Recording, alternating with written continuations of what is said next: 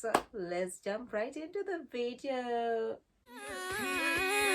If you're looking for a sign to leave him, yeah, he's a piece of shit, always doing something unholy. He makes you cry on Hey everyone, and guess who is back? So today I came with another Wake in the Factory with me, and hope you guys have been waiting for this video. A couple of weeks ago, I asked you if you had any questions for moving to Poland and jobs here in Poland, and a lot of you have been sending messages either into my inbox, DMing me, and sending emails, and some of you have responded to the post. So in this video, I'm going to be answering all of your questions, and if you have more questions, please feel free to ask. So let's jump right into the video. So the first question that I have is I'm just going to read it as it is, then I'll answer to it. So it's, hey kids, my question is, how do you convert a work visa to a student visa in Poland? Yeah, so a lot of people might come to Poland using a work visa. So you can get a work visa through sponsors, or you can look for a job here in Poland and you are employed, and sometimes you feel like the job that you're doing is not like a white collar job, or or maybe you're doing a blue collar job and you would like to go and work to transition in a white collar job. But here usually they want those people who have land in Poland, because it's much easier for them to do the paperwork, and it's also much easier for those corporate companies to help you pay tax and stuff. So usually they want people who have land in Poland. So let's say you want to you have a work visa and you want to convert it into a student visa like the question asked. You have to look for a place to land here in Poland, and once you have gotten a place, you need to go and apply again for the visa, but this time you'll be applying for the TRSC.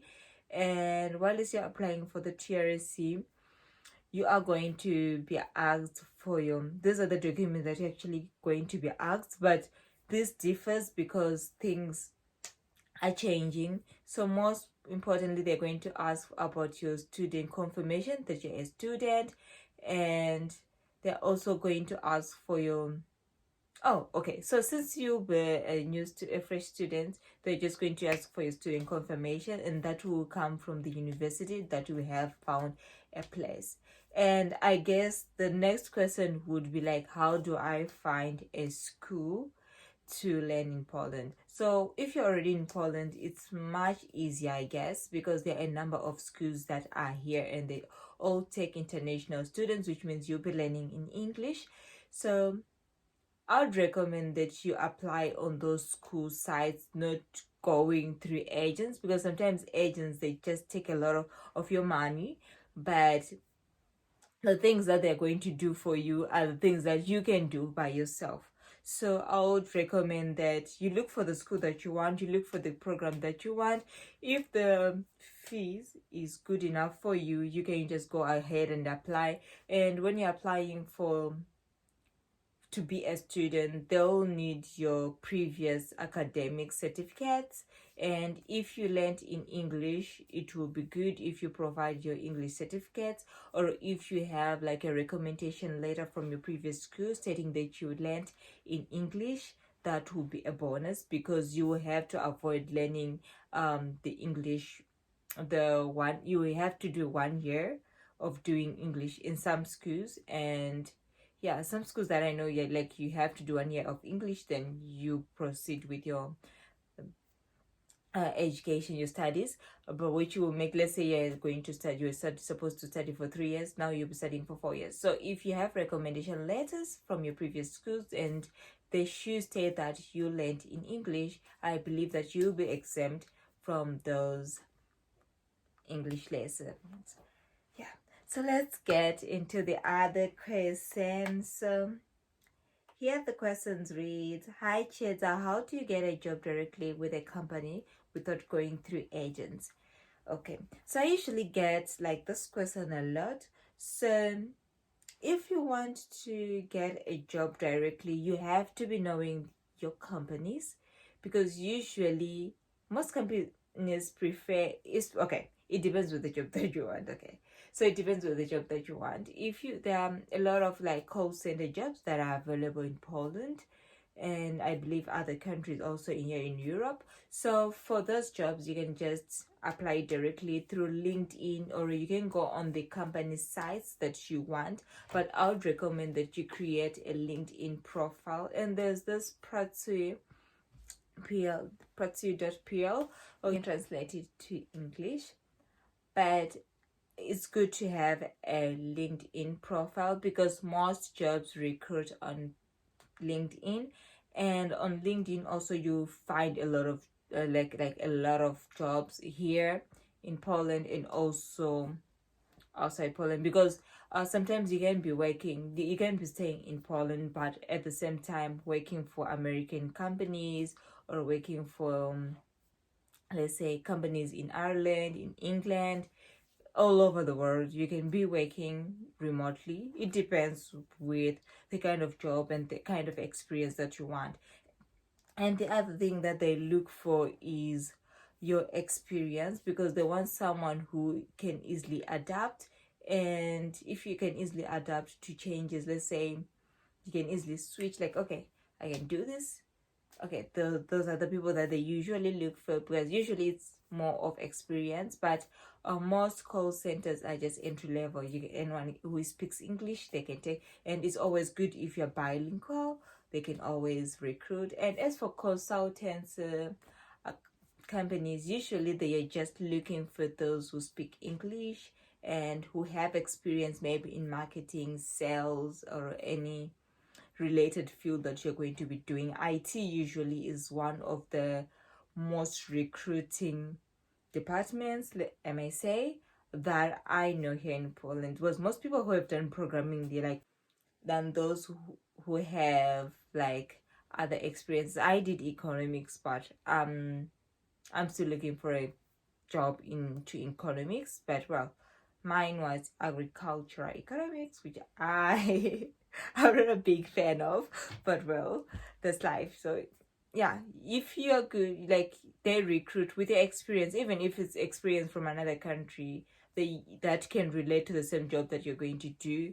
It's actually good, because you're going to be given like probation. Usually probation is for 3 months, but some companies can give you probation for 1 year. It depends with the company that you're going to be working for, because especially NGOs, they can give you like a probation for 4 months, 5 months, depends. But you'll be paid during your probation, but it depends with the company also that you're going to be working for. Okay, so let's go into the other question. So this question reads, how can I get a work permit for free with visa sponsorship? I'm from Kenya, East Africa. Oh, this is a tricky question. Let's see. Let's try something else. Without agent service. Okay, so I've already also talked about this. Like, you can try to look, but if you're trying to look for jobs here and you're still in another country, sometimes it's hard, because they prefer to work with people who are on the ground. And in terms of tax, it's really difficult, because the laws here are different from other countries. Like, tax laws are different. So I'd recommend that you first get into Poland, and it's much easier applying from the area where you're from. Even in Portugal is the same, even in Netherlands is the same. You just have to be on the ground, because someone who is located in, let's say you're located in Finland and you're working for Spain, but you have to pay tax, so they need to know which country you're going to be paying tax for. So you have to be on ground. It's much easier. And as for the visa sponsorship, I doubt there are people who keep, okay, visa sponsorships are for free, I believe, but what I'm well versed for visa sponsorships is for those who are doing nursing in England, or a nurse aid. All you need are your papers so that they can be processed for you.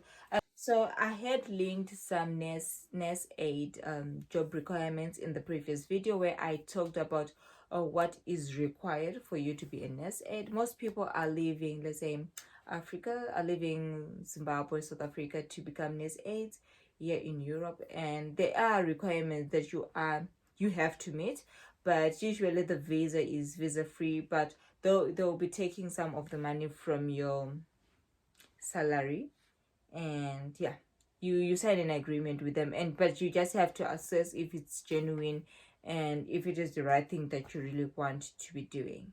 So yeah, let's see the next question. Okay, so on Instagram, I had this question where someone was asking me if you can come with your family and your children. So for me, I would really highly recommend that you first, as a parent, come here. You assess if it's what you want for your children, because most kindergarten schools, they don't speak in English, and those which have teachers that speak in English are usually private school, and they're a bit costly. So it's up to you as a parent. You first come and you assess if that's what you want for your children, and if so, yeah, you can always come. You can always have your children come here until you, and they always have like documents that go with yours. But most of this information is on the government website, where they talk about the work permits, the visas, and everything, and also children, like how children can come, because if your child comes here, they have to go to school, and you have to afford, they have to have a medical aid. So you must be able to cater for that as a parent, and yeah, obviously you're going to be paying to pay for bills, housing, and stuff. But I would really recommend that as a parent, you first come on ground and assess everything. And also, I had a question if the gyms here are cheaper. Yes, gyms are cheaper. I don't go to gym, but from what I have assessed, like they start as low as 60 zloty going up. So yeah, it depends with the package that you want, but yeah, gyms are here, and a lot of people wake up, like they do wake up. Let's see. So let's see another question.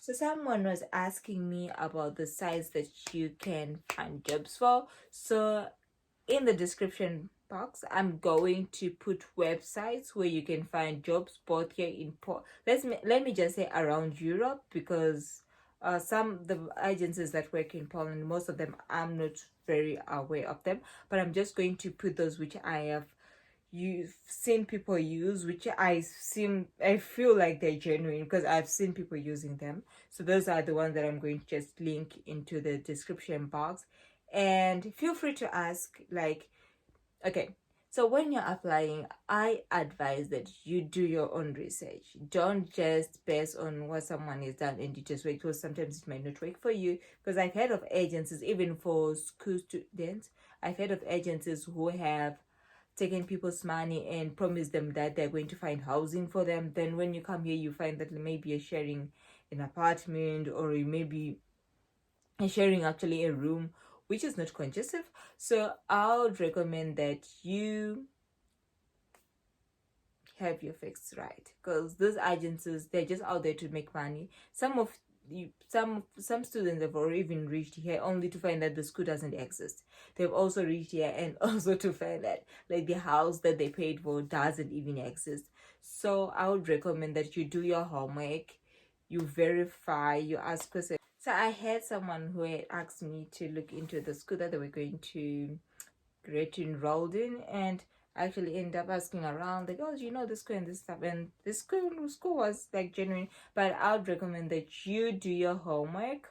And when you're coming here for the first time, I would advise that you at least have funds for it that will last you for at least, let's say, 3 months, because it doesn't mean that if you're coming here you're just going to get a job like that. So you might spend like 1 month without finding a job. So I would recommend that you come with some money on the side that you will be spending for food, for housing, for bills, because right now food is a bit expensive and housing is a bit expensive, and housing is actually difficult to find these days. So I'd recommend that you search, and yeah, That's it.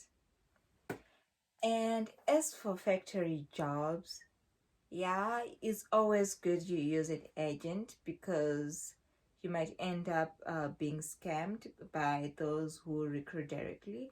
I would advise that you maybe get in touch with good agencies. You can always verify the agencies because they should have a registration number, which you can always go and search on the internet because those records are open to the public. So you can always try to look for a business using their registration. And usually in factories, some of them they cover your accommodation, they cover the cost of food. All you have to do maybe is cook for yourself when you get home, because or at least you're working at the factories, they feed you there. So which is, if you are not going to be, if you're not that person who eats a lot, you will be covered because they cover your food. That is two meals, and yeah, they cover 2 meals. Then the accommodation, some of them they pay for the accommodation that you're going to be staying, but they don't deduct the money. They might deduct money from your salary, but usually it's not that expensive because these are shared hostels. And usually you're actually not allowed to give them your passport. You have to keep your passport because some companies will take your passports, but that is not allowed by the law by any chance. So I had a question like, what is the process of changing work if you're working in a factory? So as long as you're working in a factory and you have like work papers with a specific business, because this is a work visa, or you need to notify the immigration office that you have changed your business, which means you have to reapply again. This is how it works with work visas, but all this information is also on the government website, where you can go and search for more accurate information. So guys, this is all I had for you, and if you have questions, keep them coming. I'll answer them. And yeah, hope you're all doing well, and happy job hunting. Have a lovely one. Bye bye.